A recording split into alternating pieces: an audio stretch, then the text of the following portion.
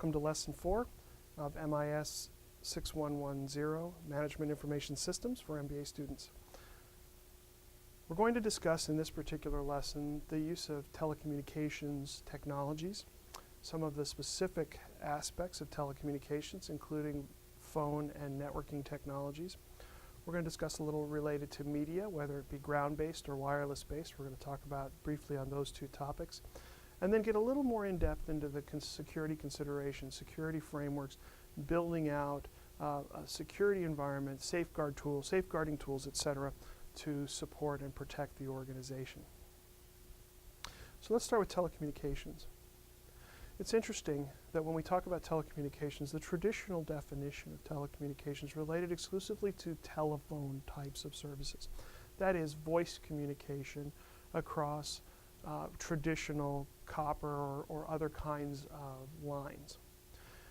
Our definition of telecommunications over the last few decades has evolved into meaning really all communication, whether it be analog or digital, we'll talk about the difference, or whether it be ground-based or wireless across a particular distance.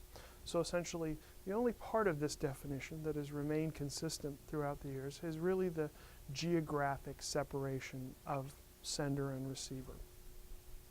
So that's a good starting point as we talk more about telecommunications in general.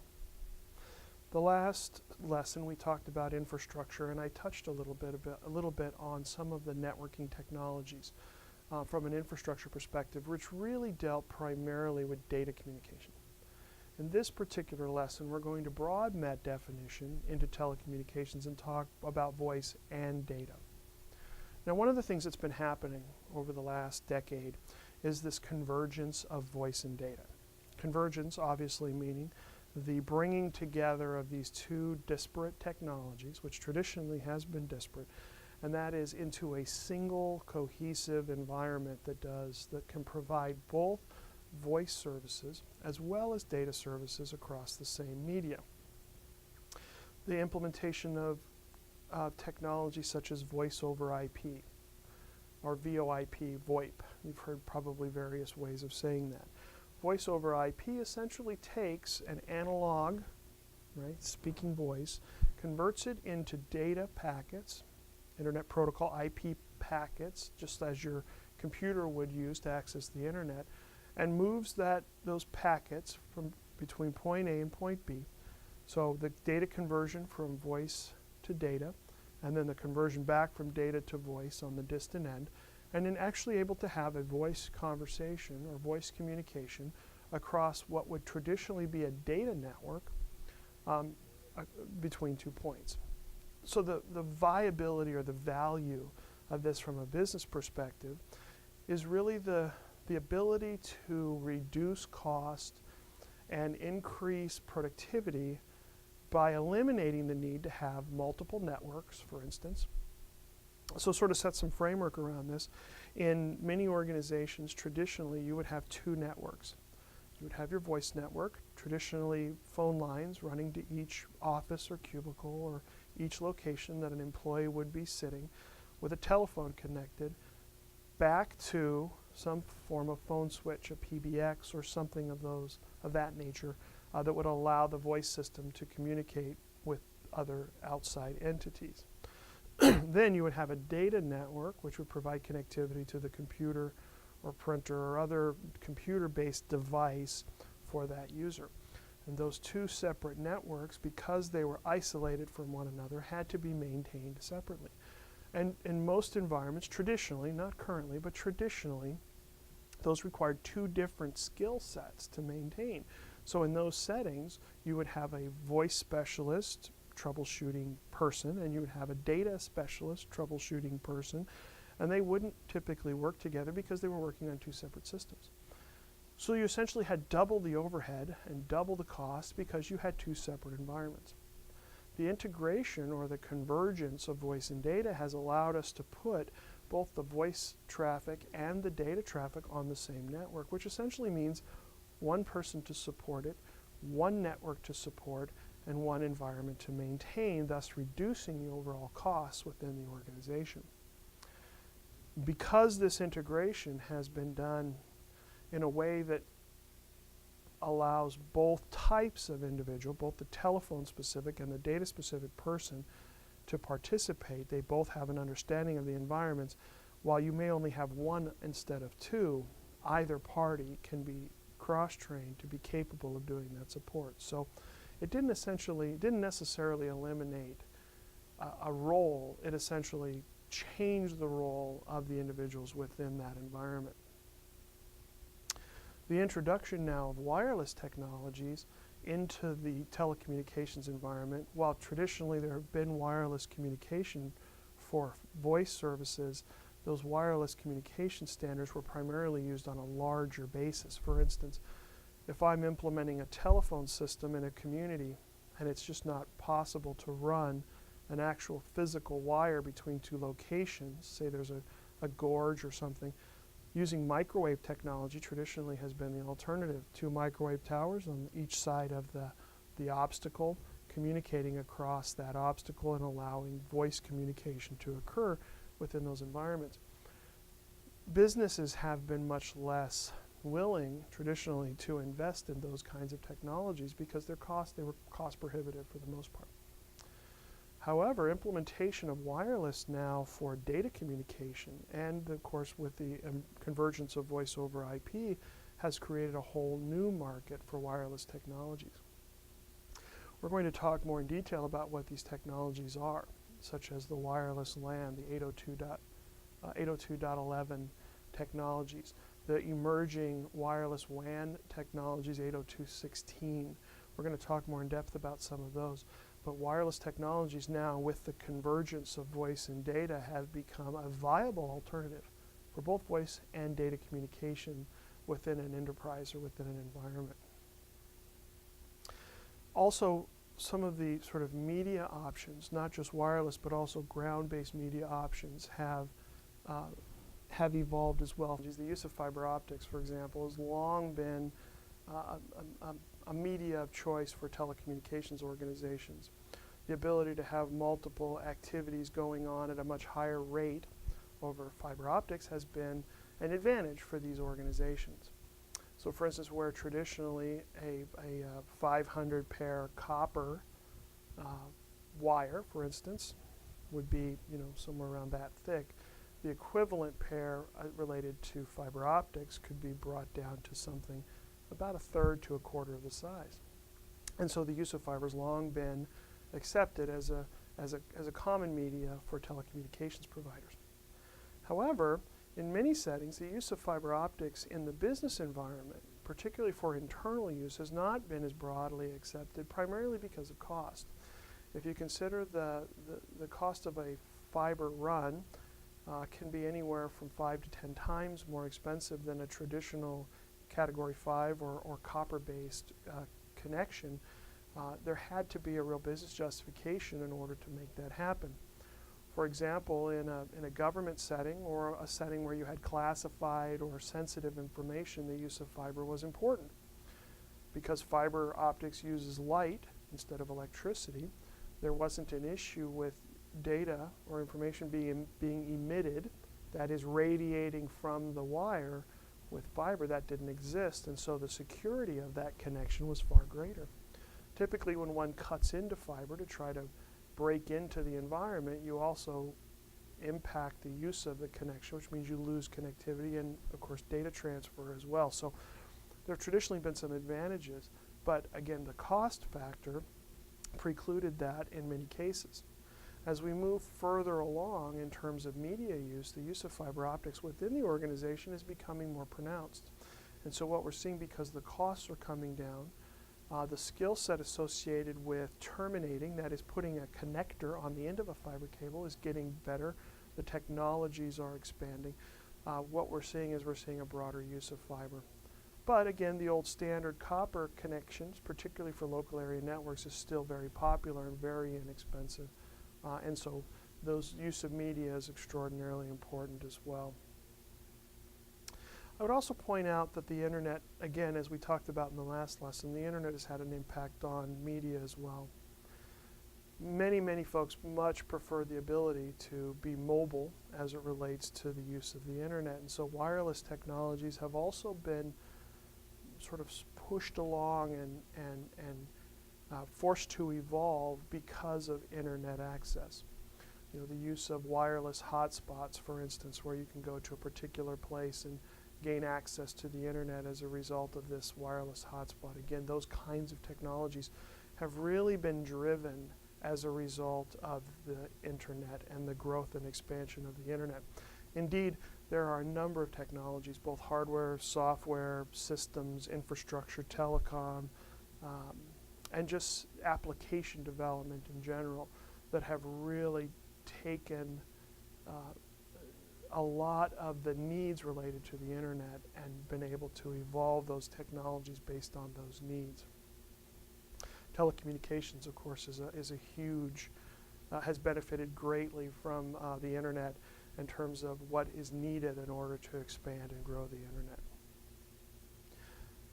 Obviously, when we talk about the internet and we talk about wireless and we talk about telecom in general, we have to talk about security.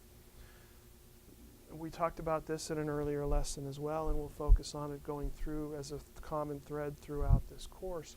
Security is probably the single most important consideration from an IT perspective, particularly as we start talking about connectivity and wireless.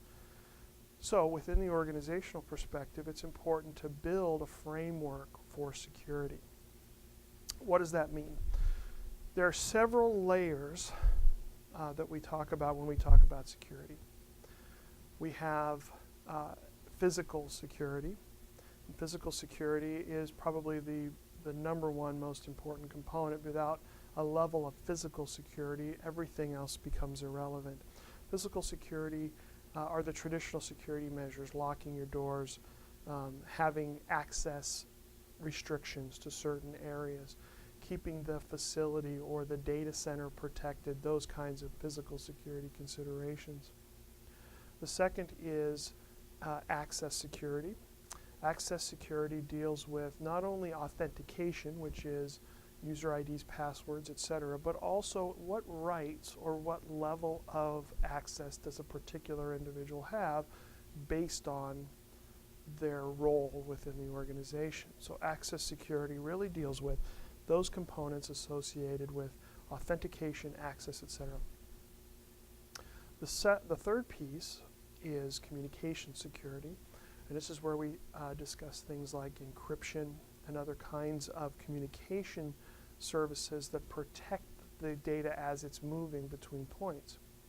We also typically deal with things like firewalls, intrusion detection, intrusion prevention, etc., within the category of communication security. From an organizational perspective, building a framework, building a set of policies and procedures that address each of those three major security elements is absolutely critical.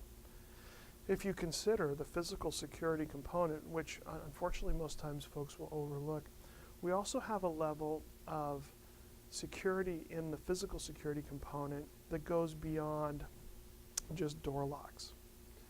For example, it's absolutely necessary to train your staff. If you're in a business environment, particularly in a call center environment, it's absolutely important to train your staff on what are appropriate things to tell customers or tell people who are calling into the organization and what is inappropriate. The concept of social engineering, which we'll talk about as we go forward as well. Social engineering is the ability to grab information from the organization through non-technology activities. For example, an individual calls your help desk or calls the call center and says, I am so-and-so from the power company. I need your social security number. I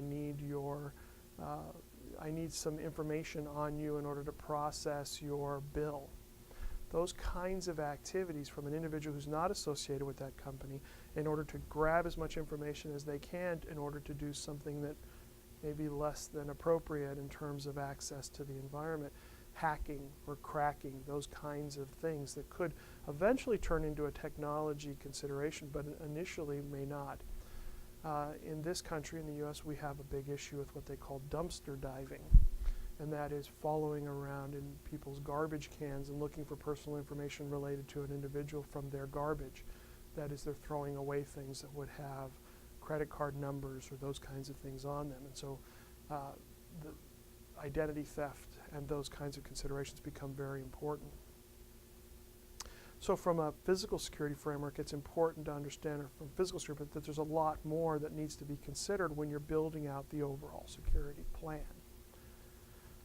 Access security and communication security are often pretty much technology-based. And so being able to implement tools within the environment that allow you to track and manage access to systems, while it may be a reactive kind of a process and much less proactive, will allow you to do the due diligence and follow up should something happen. And unfortunately, in many of our environments, we're very much reactive and not proactive. It's very difficult to be proactive and not have an impact or influence the productivity of the organization. For example, there's a difference between intrusion detection systems and intrusion prevention systems. An intrusion detection system will track all activity looking for certain patterns in the data in order to identify a potential issue. And then it sends an email or notification that it received this information. An intrusion prevention system will do something similar. It'll track and monitor the flow of traffic to look for patterns. But the reality is it will stop the flow of that data at the point that it occurs. Proactive intrusion prevention, reactive intrusion detection. Here's the problem. If I'm Amazon.com, for example, and I have an intrusion prevention system that stops traffic, and it turns out that traffic is legitimate, we call that a false positive, it could have an impact on my sales, because that could have been a potential customer who might have been purchasing from me, and I've just disallowed them access to my system. So again, proactive versus reactive, we always talk about how important it is to be proactive, but in many settings, from a data perspective, being proactive can cause more problems, in some cases can cause problems that may not have arrived in a purely reactive kind of an environment.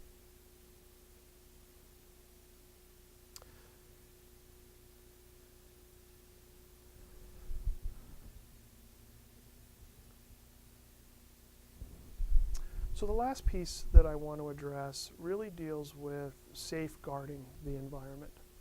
And again, I've touched on some components from a framework perspective, from a security framework perspective, talking about, so briefly about, some of the different systems and tools from a physical security perspective, some of the different things that need to be considered regarding access, et cetera, and social engineering. But it's important also to talk about what is safeguarding the organization? What is safeguarding data? What does that actually mean? In an IT environment, as an IT person, you are responsible in large part for maintaining the consistency and the integrity of that environment. So if your role is to make sure that these systems are safe, protected, secure, and have a level of performance based on the expectations of your customer, then it's also important to build a model around safeguarding that environment. One of the sort of frightening statistics related to security, particularly related to vulnerability, is that around 70% of attacks or 70% of vulnerabilities within the organization come from internal employees. We spend, I would say, probably 80% of our time within the role of a security kind of an activity. About 80% of the effort is spent on securing the enterprise from external forces. Dealing with firewall configuration, intrusion detection, intrusion prevention, encryption for sending stuff in and out. Those kinds of activities take up the majority of our time, and yet 70% of where we could potentially be hurt comes from internal employees. And so the safeguarding piece really has to take into account how do we protect ourselves from ourselves? And in this case, we really have to consider the implementation of policies and procedures that relate to our employees. Appropriate use policies that address what is appropriate to do on your computer and what is not. The fact that your telephone calls could be monitored or recorded. The fact that any kind of activity that is outside of the policy will be addressed firmly and quickly with the employee and their supervisor. Those kinds of activities, as well as productivity issues, because you're doing things, employee may be doing things with the system that is outside of their normal day-to-day activities and impacting or affecting their ability to be productive.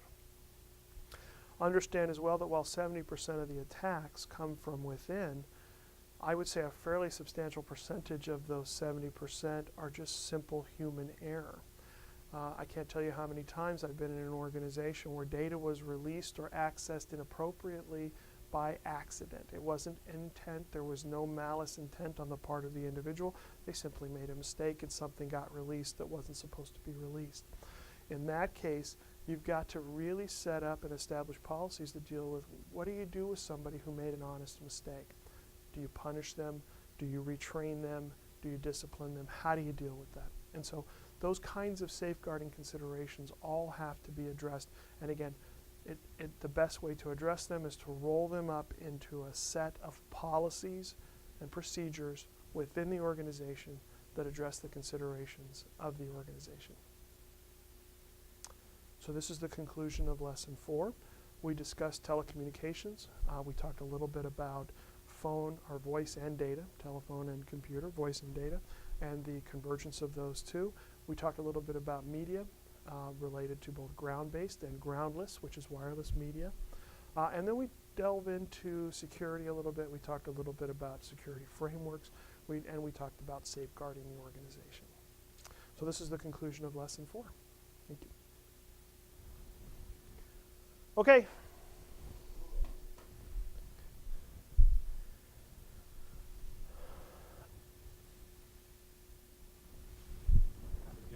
Good.